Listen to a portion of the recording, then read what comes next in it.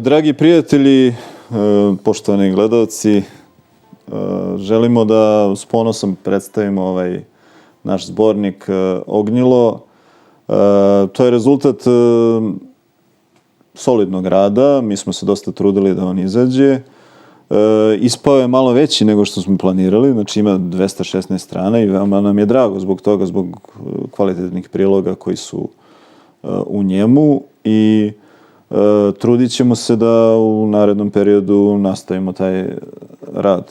Uglavnom je crno-beli, međutim ima i strana u boji u boji smo stavili ono što bi bilo neophodno prikazati u boji što se ne bi videlo kao crno-belo.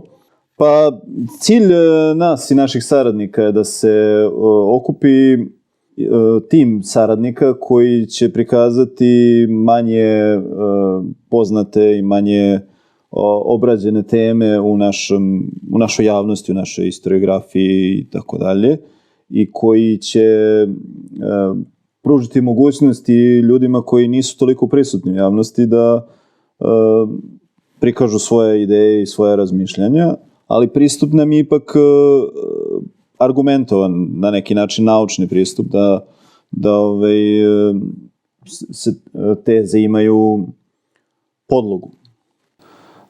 Sam naziv Ognjilo je nastao iz ovog predmeta, ocilo ili ognjilo, manje više svi znaju šta je ocilo.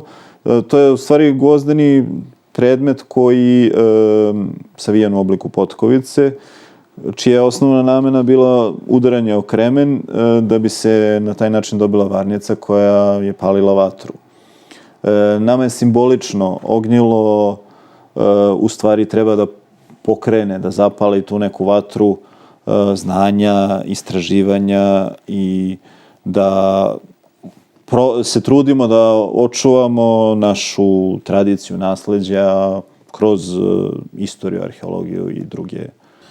Zamislio je da naš zbornik izlazi 2 puta godišnje, na Đurđevdan i na Mitrovdan, to je simbolično. Time bi odali poštu našim slavnim precima koji su godinu delili na 2 dela, na Đurđevdansko i na Mitrovdansko. I ono što je bitno da naglasimo da je zbog toga i tema prvog broja i kalendar.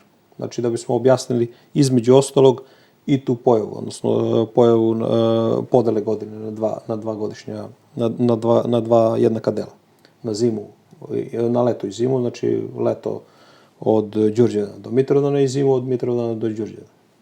Treba naglasiti da će svaki naredni broj biti tematski. Znači svaki broj će biti tematski. Može da se desi da i broje imaju 2 teme, a trudit ćemo se da svaki broj ipak ima jednu temu. Zavisno znači od znanja i interesovanja naših saradnika. Šta je još bilo? Pa mislim, možemo samo da kažemo da opšte je poznato da je Đurđevdan hajdučki sastanak, a Mitrovdan hajdučki rastanak, ali to je samo jedna od manifestacija te podele godine i tih značajnih datuma. Oni imaju mnogo veću simboliku i mnogo duže su prisutni, mnogo pre Hajduka, ali eto, to je možda i onako najpoznatije. Jeste, u narodu najpoznatije. Prvi broj Ognjila možete naručiti na mail knjige.čačkalica@gmail.com. Cena je 900 dinara plus poštanski troškovi. Inače, redakciju Ognjila čine nas trojica, dvojicu vidite ovde, znači Aleksandar Mitić je urednik, ja sam tehnički urednik. Mi smo zajedno radili i na kontaktiranju sa autorima, saradnji sa njima, pripremi. Pošto je ovaj broj izašao relativno u kratkom roku, mi smo imali dosta, kažemo, i peripetija oko toga. Aleksandar je sredio hronološki radove i uopšte radio na kontaktu sa autorima oko detalja vezanih za sadržaj. Za svaki rad ponaosob. Ja sam radio grafičku pripremu i dizajn Ognjila i Srđan Jović, naš saradnik, lingvista i filolog, On je radio lekturu i korekturu, nažalost on nije mogao da bude s nama danas. Drugi neki put će možda biti. Da kažemo da mi, znači, svi radovi koji su nam došli, nismo vršili nikakvu cenzuru, nego eventualno neke slovne i gramatičke greške su ispravljene, ništa drugo, znači sve ostalo onako kako su nam... Da, nismo uticali na njih kao... Znači ja sam se trudio samo da radove poređam hronološki da bi čovjek koji čita zbornik imao neku predstavu o celoj temi, jer autori se uglavnom slažu po mnogim pitanjima, negde ima i neke malo drugačijih stavova i da bi čovjek shvatio u stvari... A neki se i dopunjavaju. Jeste, pa većinom se dopunjavaju. Tako da smo dosta zadovoljni tim radovima koji su nam stigli i nije mi bilo teško da kažemo da to hronološki poređam onako kako smatram da treba da bude, da bi čovjek koji čita, bilo da je on naučnik ili običan, prosječan čovjek, znači znao, odnosno ima neki uvid u celu priču. U ovom, znači, broju imamo 13 priloga, da kažemo tako, od 12 je autorskih priloga, od toga je jedan reprint. Milojko Veselinović je autor iz kraja 19. veka. I možemo ovako sa ponosom da istaknemo da već za naredni broj imamo i nekoliko novih saradnika, znači da, koji su najavili svoje priloge. Ali još uvijek ne znamo temu narednog broja, možda vi možete da ostavite u komentarima predloge. O tome ćemo razmatrati tokom sledećeg perioda. Tokom decembra mjeseca. Možda da kažemo kratko o svakom od radova koji imamo. Znači imamo rad Srđana Jovića koji govori o osnovnim kalendarskim pojmovima u svetlu statistike. Daje etimologiju. On u stvari daje etimologiju kalendara, da je to u stvari naša reč. Daje argumente zašto bi bilo. I to daje, bukvalno to vadi iz tih etimoloških rečnika koji se koriste u službenoj nauci. Znači nije to nikakvo alternativno sad navođenje, nego ide i dolazi do istog rezultata.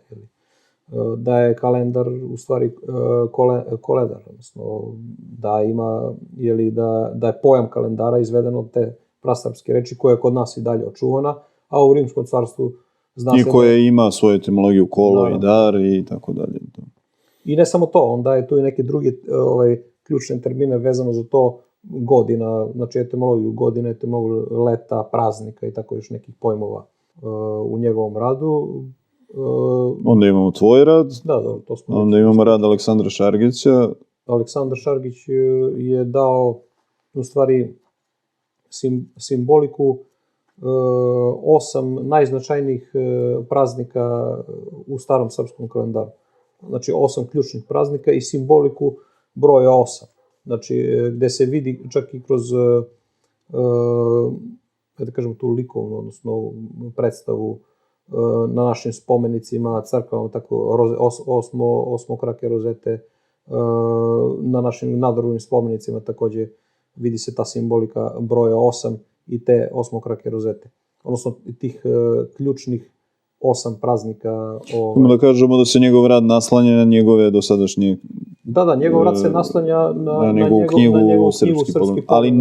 Ali nije isečak iz te knjige. Da, to je nov rad koji se samo produbljuje dodatno, znači njegove stavove koje već iznu u svojoj knjizi. Onda imamo rad Dragana Jacanovića, to je, ajde da kažemo, dorađena verzija teksta iz njegove knjige. Da, to je dopunjena... Čekamo njegovu novu knjigu, nadamo se da će uskoro da se pojavi. To je dopunjena verzija, odnosno dopunjeni deo jednog od dela iz njegove knjige Srpsko kalendarsko znanje u epskoj. I njegov rad savršeno dopunjuje tvoj i rad Aleksandra Šargića sa pričom o... Ta tri rada su u stvari dopunjuju jedan drugu, samo kroz... Samo on ovde analizira narodne pesme i analizira arheološke podatke o sahranama iz bronzanog gvozdenog doba. Narodne pesme potvrđuju arheološki podaci pronađeni u grobovima. Znači, narodne pesme, primjer radi, opisuju sahrane kakve su bile u bronzanom dobu ili gvozdenom dobu. Opremu ratnika iz bronzanog i gvozdenog doba naše narodne pesme koje navodno pevaju o nekakvim događajima iz srednjeg veka, odnosno opisuju neki iz srednjeg veka, a u stvari su u svojoj suštini opisuju mnogo ranije događaje. Jer upravo slika onoga, njihove opreme, njihovog izgleda i tako dalje, je slika tog gvozdenodopskog ratnika, a ne srednjovekovnog. Zatim, To svakako potvrđuje da smo mi mnogo ranije na ovom terenu. Tako. Zatim imamo moj prilog, ja sam pokušao da dam neki lični uvid u 3, da tako kažemo, kalendarska objekta koje smo mi obišli, ekipa Čačkalice. Znači, to je Lepenski vir, tu imamo dvostruki izlazak sunca. Nažalost, nismo uspeli da ga snimimo, ali detaljno smo istražili tu temu. Onda imamo Bogovo gumno kao objekat koji je očigledno kalendarski, ali je sačuvao svoju upotrebu do skoro, jer imamo zavetni krst koji je postavljen pre manje od 100 godina. I imamo vatinske krugove koji su orijentisani u skladu sa suncem i koji imaju izgled kao što je, kakav imaju i drugi solarni, odnosno ti rondeli, takozvani objekti koji su služili za posmatranje suncem. Nažalost, mi ćemo tu temu obraditi detaljnije u skorijem vremenu. Postoji najava da je planiran autoput koji će prolaziti tuda i izgleda po crtežima da će prolaziti baš preko vatinskih krugova. To ne bi bio prvi put da se autoputem uništi neki značajan kulturni spomenik, pa mi ćemo probati da organizujemo neku akciju da ljudi postanu svesni toga i da traže promenu plana. To bi trebalo se organizuje vrlo brzo pre nego što dođe do realizacije tako nečega, jer kad već ucrtaju to i kad ti planovi se verifikuju, posle sve kasno. Zatim imamo rad Tamaša Fodora koji je konkretno, znači, istraživač koji je najzaslužniji za širu popularnost vatinskih krugova, naravno njih on prvi video, daleko od toga, ali on sa njegovim udruženjem Felix Milekir su godinama išli na lokalitet u vreme značajnih sunčevih događaja, solsticija, dugodnevnice, kratkodnevnice. I oni su potvrdili da je to neka prastara observatorija, da tako kažemo. I sakupio je veći broj podataka. I ona je u saglasju u stvari sa drugim sličnim lokalitetima koji su danas manje vidljivi nego što su vatinski krugovi, nalazi se u bližoj ili daljoj okolini. Zatim imamo rad Sanje Šuljogić, doktora Sanje Šuljogić. Da, ona je dala u stvari jedan prikaz korišćenja tog starog kalendara u srpskom srednjem veku. I na kraju objašnjenje kako je on ukinut i zbog čega i u koje vreme ukinut, najpre u Rusiji, a zatim u Srbiji. U moderno vreme, znači to su 18. i 19. veka. Zatim imamo prilog Vladete Kolarevića. Naše lično skromno mišljenje je da je on možda i najvredniji u ovom zborniku. Meni lično jeste, jer njegov rad jeste neko osveženje za ceo zbornik, jer je u stvari to, on je sakupio to kao živi svedok, znači običaje iz svog kraja, znači iz centralne Šumadije, za svaki praznik, znači za svaki To nije možda za svaki, ali za veći broj praznika. Da, kažemo za 90%. I predanja, i priče, i samo... I on je najobimniji, samim tim najobimniji. Ono što možemo reći da se tu na konkretnom primjeru vidi, znači bogatstvo tih običaja koji su svi kalendarski. Oni jesu duboko hrišćanski zato što postoji ta tradicija, ali su u suštini kalendarski, vezani su za konkretno. Sad, ja ne znam lično, ali ne bih rekao da neki drugi hrišćanski narodi imaju nešto slično tome u svojim onim prostim narodnim običajima. Imaju slovenski narod. Znači, pored srpskog, drugi slovenski, danas Bugari, Rusi i tako. Onda imamo reprint Narodni nazivi meseca u Srba od Milojka Veselinovića. To je, znači, terenski rad isto. Jeste, Milojko Veselinović, pored toga što je bio filolog i etnolog, on je i bio diplomata. i bio je konzul u Skoplju.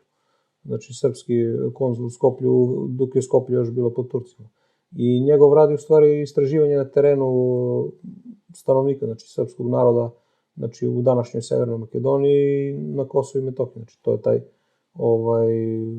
Skoplje bilo glavni grad tog kosovskog pašaluka, koje je obuhvatalo veći deo današnje Severne Makedonije, Rašku i Kosovo i Metohiju. Tako. Značajno je napomenuti da dobar deo njegovog priloga u stvari je nešto što Vuk nije sakupio, zabeležio. Pa dobro, Vuk nije bio uopšte na prostoru stare Srbije.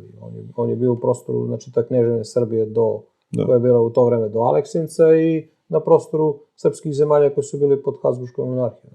Zatim imamo kratak prilog Miše Jovanovića. Miša Jovanović, inače naš filozof koji je diplomirao na Sorboni. On je ovo je samo prilagođeni deo njegove knjige koja tek treba da se prevede na francuskom. On živi i radi u Francuskoj.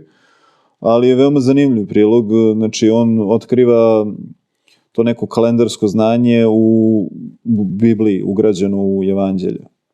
Da, i posmatra kroz neki naš srpski pogled. Da, ima veoma zanimljiv uvid. Da, ima zanimljivo, mislim, dosta smisleno znači. Odnosno, i nadamo se toj knjizi uskoro da... Da, treba da bude prevedeno na srpski jezik. Tamo izlazi na francuskom. Zatim imamo prilog doktora Vladimira Dimitrijevića. Da, Vladimir Dimitrijević je dao isječak iz njegovog ranijeg rada, koji se bavi tom, ajde da kažemo, tom savremenom kalendarskom problematikom julijanskog i gregorijanskog kalendara. Odnosno, da li crkva treba da prihvati pitanje, znači taj gregorijanski kalendar, Srpska pravoslavna crkva, ili treba da stane pri julijanskom kalendaru, i on to posmatra kroz to dogmatsko pitanje. I na kraju daje taj neki mišljenje svetog Justina Popovića o toj problematici. I poslednji prilog je prilog Milana Nikolajevića o samom svetom Dimitriju, da, to je, koji je inače, znači, na Mitrovdan nije zašao naš... Pa je bilo prikladno da se jedan rad o svetitelju. Ali suština je da je u stvari kult svetog Dimitrija najverovatnije premešten iz Mitrovice da, to je već poznato, samo mislim poznato. U nauci je poznato, ali šira javnost ne zna da je kult svetog Dimitrija i sam sveti Dimitrije poreklom iz Sirmijuma. I na kraju imamo, to je više vest nego što je prilog, to je prilog Siniše Šolaka, magistra iz Bosne, koji je pronašao, zajedno sa doktorom Goranom Komarom, pronašao je, znači, spomenik Stećak, kako ga zovu. Da, oni su zabeležili prvi put sliku. Koji izgleda kao kalendar. Prikaz kalendara. Inače, zbornik Ognjelo ima svoj e-mail, ognjelozbornik@gmail.com. Možete pisati... Možete dati predloge za neke nove teme i tako. Knjiga Javni zborovi Srbo-Macedonaca i Staro-Srba. Reprint je skoro izgubljene knjige iz 1885. Knjiga ima 168 strana, u mekom je povezu sa mapom većeg formata u prilogu. Cena knjige je 800 dinara plus troškovi dostave. Možete naručiti na mail knjige.čačkalice@gmail.com, a obavezno napišite vaše ime i prezime, adresu i telefon. Sad, da li bi možda, Aco, hteo da predstaviš svoj rad? Ti si se bavio, znači, kalendarom, što je osnovna tema našeg... Da, ja sam se bavio, u stvari, moj rad nosi naslov romijski ili starosrpski kalendar. U stvari, ja sam tu razmatrao jedno pitanje koji dalje, da kažemo, nije nerešeno. Ne kažem da sam ga rešio. Moj rad je u nekim segmentima i hipotetičan. Znači, nije on, da kažemo, 100% to tako kako ja smatram da jeste, ali sam se trudio da dam dokaze koji idu u prilog mojoj hipotezi da se zapravo radi o starosrpskom kalendaru, odnosno da pojasnim. Ja sam razmatrao kalendar i ono datovanje koje se tiče, znači, one stare godine 5508. Prerođen Kao početak kalendarske ere. Kao početak neke kalendarske ere, da. Koja je u našim srednjovekovnim dokumentima i sve do negde do 18. 19. veka, sad zavisi u kom delu srpskog naroda, znači tim datovanjem se obeležavala svaka godina. Moja teza, u stvari ja sam postavio tu neka 4 pitanja koja sam razmatrao, zbog čega, prvo pitanje bi bilo koji je narod mogao u stvari da stvori takav kalendar. Znači koja populacija, koja populacija je mogla da stvori taj kalendar, koji je bio, znači datuje pre nekih 7.500 godina, grubo rečeno. Drugo, šta su dokazi da je taj kalendar u stvari starosrpskog porekla? Šta su dokazi da taj kalendar ne može da bude romejskog porekla? Odnosno kako su Grci i Latini koji su pre svega duhovni, civilizatorski preci Romeja, etnički ne mora da budu, ali duhovni jesu. Na neki način politički. Jeste, politički preci Romeja, kako su oni datovali vreme, odnosno kako su oni računali vreme, i četvrto, zbog čega je bitna ta 988. kad su Romeji prihvatili taj kalendar i kad su počeli da datuju vreme po 5508. godini. Dobro, znači da krenemo od početka. Suština je da je kalendar, odnosno računanje vremena, potrebno nekoj poljoprivrednoj civilizaciji. Ja sam se tu uglavnom bazirao na stavovima koje izneo Dragan Jacanović u njegovoj knjizi Srpsko kalendarsko znanje u epskoj narodnoj poeziji, gde je Jacanović vrlo lepo objasnio da kalendar, recimo, ne stvaraju narodi koji se bave trgovinom, niti narodi koji se bave pljačkanjem i vojnim pohodima, poput recimo Grka i Rimljana, nego kalendar stvaraju populacije koje se bave pre svega poljoprivredom. Znači ratarstvom, stočarstvom, jer moraju da znaju kad treba da poseju, kad treba da žanju, kad treba u stočarstvu preduzmu da se stoka pripreme za zimu, znači da se, što se kaže, da su u zimi i tako dalje.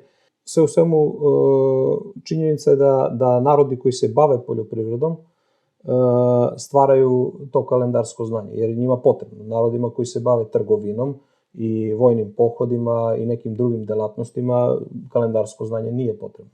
Sad, pitanje je zašto je izabrana baš ta 5508. pre Hrista i da li je to neki dogovor, mi to ne znamo, da li je to dogovor neki kasnije bio ili je neka simbolika, ili se baš nešto tačno desilo te godine, mi to sa sigurnošću ne možemo da znamo, međutim ono što možemo da znamo je da se ta godina nekako poklapa sa, u stvari, tom starčevačkom kulturom i prelaskom, znači,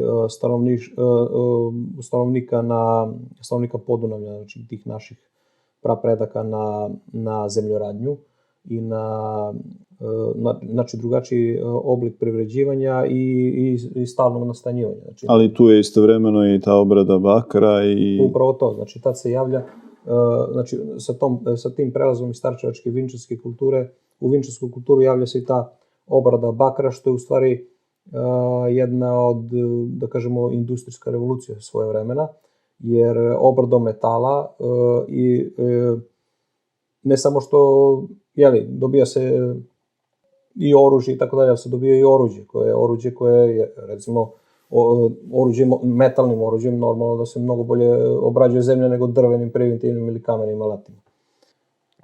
Znači, to je neka moja teza koja bi populacija mogla da stvori taj kalendar.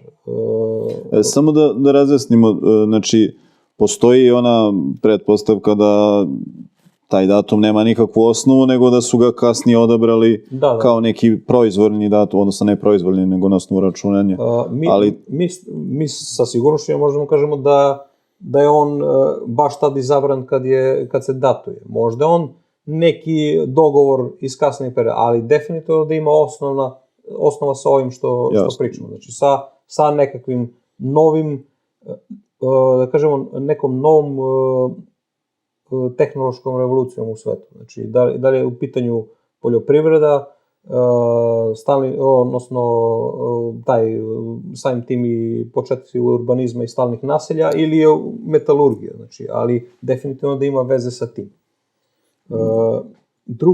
Zašto ja smatram da su taj kalendar ima veze sa našim precima i sa nama, to sam obradio u tom drugom delu, gde sam dao neke od dokaza za to.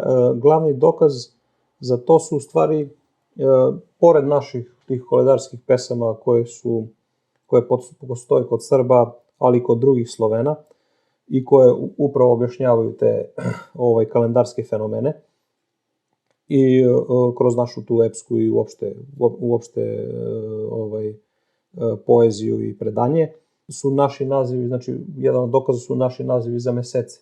Znači narodni nazivi za mesece su poljoprivrednog karaktera, odnosno one oslikavaju stanje u prirodi iz meseca u mesec. Znači stanje u prirodi ili neke poljoprivredne radove. S tim u vezi, to je čak, eto, opet ponavljam, Jacanović dosta dobro obradio u svojoj knjizi. Ja sam se tu opet dovezao na to njegovo istraživanje. Dok, za razliku od srpskih naziva meseci i uopšte slovenskih, jer... Da damo samo primere, znači imamo sečanj kao mesec kad je veliki mraz koji seče, pa onda imamo, ne znam, ožujak kad... Pa imamo cerešnjar, travanj, čerešnjar, gumnik kad se vrše na gumnu. Tako dalje. Znači, svi naši nazivi meseci oslikavaju stanje na terenu vezano za poljoprivredne radove ili za vegetaciju u to doba godine. Dok, za razliku od nas, da kažemo ti duhovni preci, politički preci Romeja, Rimljani, Grci, nisu imale nazive meseci koji su oslikavali stanje na terenu ili u poljoprivredu u doba tog meseca, nego su recimo Rimljani imali nazive meseci prvobitni, rimski nazive meseci su bili brojčani. Znači prvi, drugi, treći i tako dalje.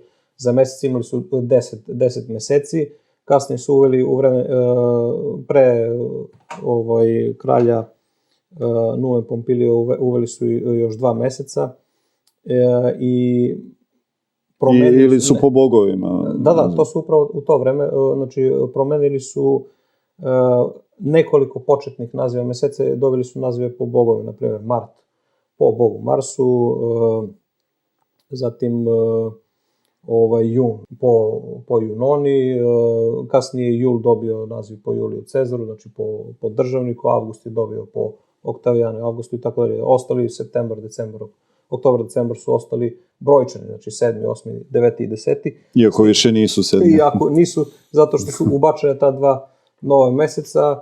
Znači, rimski nazivi meseci uopšte ne oslikavaju stanje u prirodi, nego imaju nazive, brojčane nazive, a kasnije neki od njih dobiju nazive po božanstvima ili nazive po reformatorima kalendara, poput Julija Cezara i Oktavijana Avgusta. Grčki nazivi meseci, postoje brojni starogrčki kalendari koji se razlikuju jedan od drugog, što je još jedna potvrda da se ne radi niti o istoj populaciji, niti o tvorcima ovog starog kalendara. Ja sam tu kao primjer uzeo atinski kalendar, znači zato što je bio možda najrašireniji u grčkom svetu, pa možda ga uzmemo kao neki primjer kako su oni računali vreme, ali i drugi grčki polisi su slično računali vreme. Neki meseci se poklapaju, neki nazivi meseci su isti, neki nisu. U svakom slučaju, grčki nazivi meseci takođe ne oslikavaju stanje u prirodi, niti stanje poljoprivrednih radova, nego su dobili nazive ili po božanstvima ili po nekim praznicima, festivalskim praznicima. Znači, koji su opet vezani za božanstvo, određena božanstva ili praznike slavljenja kulta tog božanstva i tako dalje. Prema tome, romejski kalendar, znači datovanje 5508 ne može da bude autentično romejsko. Dao sam čak i primer i Septuaginte, jer službena nauka u stvari govori da je 5508. godina uzeta i Septuaginta, odnosno tog grčkog prevoda Biblije. Možda samo nisi ovo možda samo objasnio kako je uzeto, računanjem godina Da, pa računanjem godina od Adama do, jeste. U Bibliji do Hrista. to je 3729 ili tako nešto, ili 30 neka. U stvari ne postoji ni jedna Biblija u kojoj bi se ta godina dobila sabiranjem. Jeste, ne postoji. Po jevrejskoj Bibliji to je 3700 i neka, po Vulgati latinskoj to je 3900 i neka. Znači Vulgata čak ima i sličnije račune sa tom jevrejskoj Bibliji. A po Septuaginti to je 5329. Znači nije 5508, nego 5329. Znači ne stoji ta njihova. I postojala je neka aleksandrijsko računanje? Postojali su više računanja u toj rano romijskoj fazi računanja vremena i kalendara. Postojali su nekoliko tih era, znači početnih era od kojih su računali. Jedno od njih, dve najčešće u stvari su ta aleksandrijska i antiohijska. Po aleksandrijskoj eri to je 5492. Pre Hrista. Pre Hrista, da. A po antiohijskoj je 5500. I te dve su do 988. kad je usvojen kalendar u Romijskom carstvu, ovaj kalendar, gde se datuje po 5508. godini. Te dve početne godine računanja vremena su bile najčešće. Bilo i drugih, ali te dve su bile najčešće. A da li je tih primjera bilo kod nas? Ne. Nijedan. Znači uvijek je korišteno 5508. Od kad postoje srpski dokumenti, znači zapisani na papiru, pergamentu. A ko je najranije zabeležen? Na jednom spomeniku, to je danas, kad preračunamo, to je 915. godina. Na drugom spomeniku. 915. znači to je pred 988. kad je on usvojen u Rumeji, a kod nas ga ima, znači 915. To je za sad ono što znamo, što je naranjeno. Vjerojatno možda može da se nađe još nešto ranije, ali to je ono što je ušlo u knjige, znači to je Ljubo Stojanović u starim zapisima i natpisima pribiležio taj podatak. Šta sam teo da kažem vezano za, znači ni po Septuaginti nije 5508, ni po aleksandrijskoj, ni po antiohijskoj eri. I sad dolazimo do tog zaključka mog rada, odnosno tog zadnjeg poglavlja. Kada je u stvari Romejsko carstvo usvojili taj kalendar. Sad, moram da kažemo tu da je taj kalendar kod njih 681. godine za vreme Vaseljenskog sabora, jednog od Vaseljenskih sabora, je prvi put datovano po tom kalendaru. Ali samo na tom saboru. Da kažemo tu jednu činjenicu da je tad učestvovao u saboru i episkop Gordo Serbona, znači srpskog grada u Maloj Aziji. Jedan od učesnika sabora bio i on. Još na 2-3 mesta se javlja to datovanje 5508 u njihovim dokumentima, u dokumentima vaseljenskih patrijarha, odnosno carigradskih patrijarha iz 9. veka. Kažem, to se javlja u par njihovih dokumenta, ali pred 988. Znači javlja se 3-4 puta, dok se u sve datovanje u svim njihovim hronikama, zvaničnim dokumentima, uglavnom datuje po ove dve ere Aleksandrijsku i Antiohijsku koje sam naveo, znači 5492. i 5500. Kako se to zna? Na osnovu koje ere je datovan neki dokument? Misliš... Pa recimo kad vidimo dokument sa datiranjem, kako znamo na osnovu čega je datiran? Pa na osnovu hronologije. Na primjer radi sad, kod Teofana imamo romejskog pisca s početka 9. veka, imamo datovanje po toj Aleksandrijskoj eri, znači 5492. I onda kad su upoređivali događaje sa kasnim hronikama koji su opisivali iste događaje, a datovane su po 5508. Našli su tu razliku. Mislim, jedna od mogućnosti je kako da se proveri koje su godine koristili.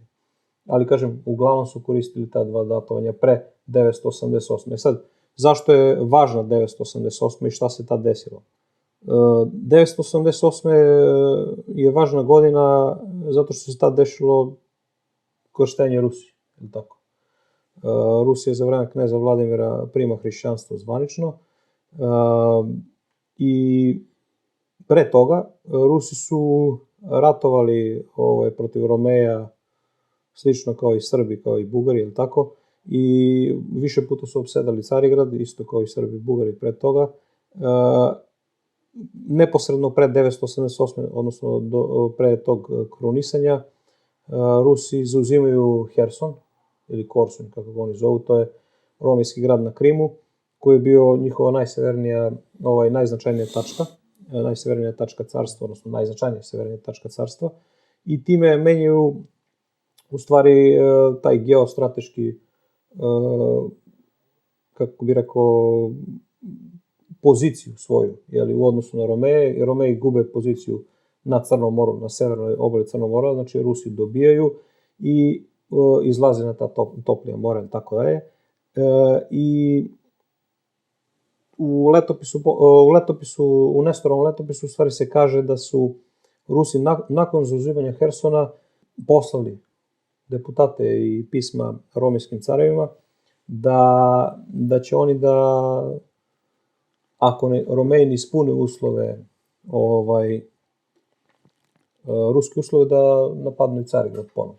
Kažem, više puta su ga pred toga napadali.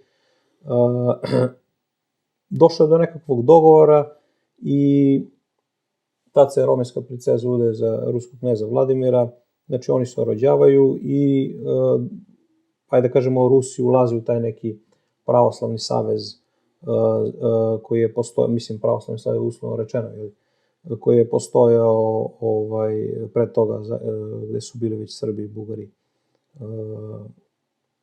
I to ima veze isto tako sa, recimo, tom Ćirilo-metodijskom misijom, koja je takođe inicirana od strane Romeja, da se u stvari stvori zajednički književni jezik za Slovene. To ne znači da Sloveni nisu, i Srbi i ostali Sloveni nisu znali da, nisu imali jezik ili nisu imali pismo pred toga, jer postoje takođe dosta svedočanstva da smo mi imali pismo, znači pre Ćirila i Metodija, i da oni nisu izmislili nikakvo pismo, nego samo reformisali neko staro pismo. Međutim, njihova misija ima značaj povezivanje. Upravo to, znači stvaranje jednog jedinstvenog književnog jezika. Znači, stvaranje nekog pravila u pisanju, tako, gramatike i tako dalje. Znači, zbog toga je njihova misija velika, jer se stvara jedan književni jezik na kom će u raznim varijantama da se piše preko 1000 godina. Znači, od, ajde kažemo, te njihove misije pa sve negde do Petra Velikog, odnosno nešto manje od 1000 godina, 900 godina, u nekim delovima i kasnije. Znači, otprilike, taj jezik se upotrebljava skoro jedan milenijum, taj književni jezik, ta pravila. Zbog toga ima njihova misija veliki značaj i povezala je sve Slovene koji su bili pravoslavni. Znači, svi Sloveni koji su bili pravoslavni dobiju jedan književni jezik i jednu, samim tim izgrađuju jednu posebnu svoju kulturu koja je svojstvena za njih, znači pravoslavnu slovensku kulturu. Knjige su mogle da se čitaju, i one koje su napisali u Bugarskoj, Vlaškoj, Moldaviji, Srbiji, Bosni, Rusiji, mogli su da se čitaju bez prevodioca. Te redakcije su bile prilično bliske i postojale su vrlo male razlike. To je bio jedan jedinstven književni jezik. Time su, sad, zbog čega je to urađeno? Postoje se pitanje zbog čega je to urađeno baš u to vreme i ko je bio na romejskom prestolu u to vreme. Koja dinastija? Znamo da je bila takozvana Makedonska dinastija, za koju službena istorija tvrdi danas sve više da je jermenskog porekla. Međutim,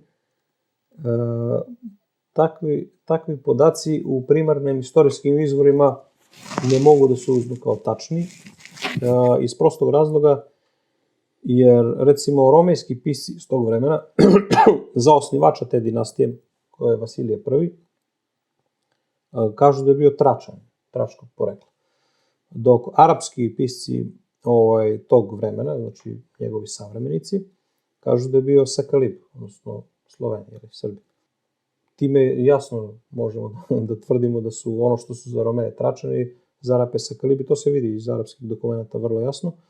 Samo da napomenemo da oni Bugare nisu smatrali Sakalibima. Ne, nisu Arapski izvori. pa nisu Bugari ni Ruse nisu arapski pisci smatrali sakalibima. Recimo, arapski pisci kažu da Bugari i Rusi govore sakalipski jezik, ali da nisu sakalibi. Znači, oni govore našim jezikom zato što su došli da žive među nama.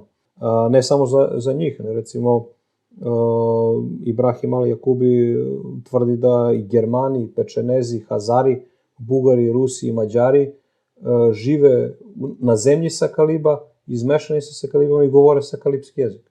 Znači, ali da oni nisu to, nego da su došli među njih. I, znači, izmešani se s njima, prihvatili taj jezik.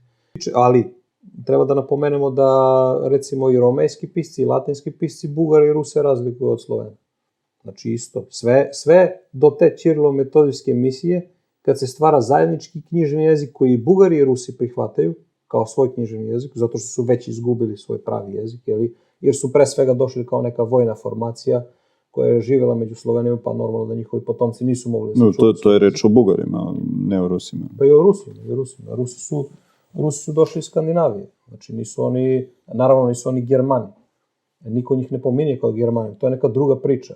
Rusi su, recimo, čak ni Bugari nisu, Bugari, recimo, nemamo podataka da su Bugari Turci.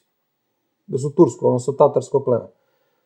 Imamo naše stare ruske letopise gde se, recimo, za Ruse, Bugare i Slovene tvrde da su od istog prapretka. Da su 3, recimo, brata, odnosno 3-4 brata. Tu se tvrde da su Rusi, Bugari, Kumani i Sloveni od 4 brata. Od jednog prapretka. I da su od njih nastala 4. Znači, ti narodi nisu nesrodni među sobom. Ali su već u ranom srednjem veku već bili poznati pod svojim imenima. I uvijek ih svi prave razliku među njima. Znači, i arapski, i grčki, i rimski, odnosno latinski pisci prave razliku među njima sve do 9. 10. veka kad i Rusi i Bugari ponovo prihvataju prihvataju sa jezikom, oni prihvataju i ime. Znači, i to se vidi u njihovim letopisima, da oni kažu, čak se vidi u Nestorovom letopisu razlike, da su Rusi i Sloveni nisu jedan narod, ali kad su Rusi došli među Slovene, počeli da se zove Slovenima. To je u stvari ova priča koja je potvrđena kroz arapske pisce. Znači, da su njihovi ratnici došli među određena slovenska plemena, zagospodarili njima i prihvatili jezik i njihovo, jednostavno su utopili u njih, što je logično, tako. To imamo primjere na zapadu koliko hoćete, i sa Francima, i sa Gotima, i sa Vandalima. Oni su otišli tamo kao ratnici, zato su se utopili, među to stanovništvo. Neki su stavili svoje imena kao Francuzi, Francina u Francuskoj, ali oni više nisu Germani, tako. Utopili su to keltsko, odnosno romanizovano keltsko stanovništvo. Znači, imamo potvrdu kod arapskih pisaca, čak 4, ja sam našao za sad 4 arapska pisca koji govore o njegovom poreklu. To su Ibn al-Asir, koji je bio njegov savremenik, znači govorim za Vasilija I, znači to je 8. vek. Zatim Ibrahim al-Isfahani, koji je takođe bio njegov savremenik, odnosno živio neposredno nakon njega, znači mogao je da čuje od živih svedoka koja je bio Vasilije. Al-Tabari, takođe, koji je bio i prijatelj sa Isfahanijem, i Hamza al-Masudi, koji je takođe živio u to vreme, znači to je taj 9. vek. Znači mogu od živih svedoka, znači to su primarni izvori, da kažemo šta su primarni izvori, oni koji govore u vremenu kad se to desilo ili su mogli da čuju od nekog živog svedoka iz tog vremena, znači to možemo da računamo u primarni izvor. A primarni izvori kažu da je Vasilije bio Sakalib, odnosno Slovenin ili Srbin, ili Trašanin, kako su Grci zvali taj narod. Dobro, i šta je tvoja teza? Moja teza je da je u stvari ta dinastija, znači ta slovenska dinastija koja je tad bila na čelu Romejskog carstva i koja je prva počela da vraća neke političke pozicije Romeja iz 6. veka, odnosno da ih vraća gore na Dunav ili tako dalje.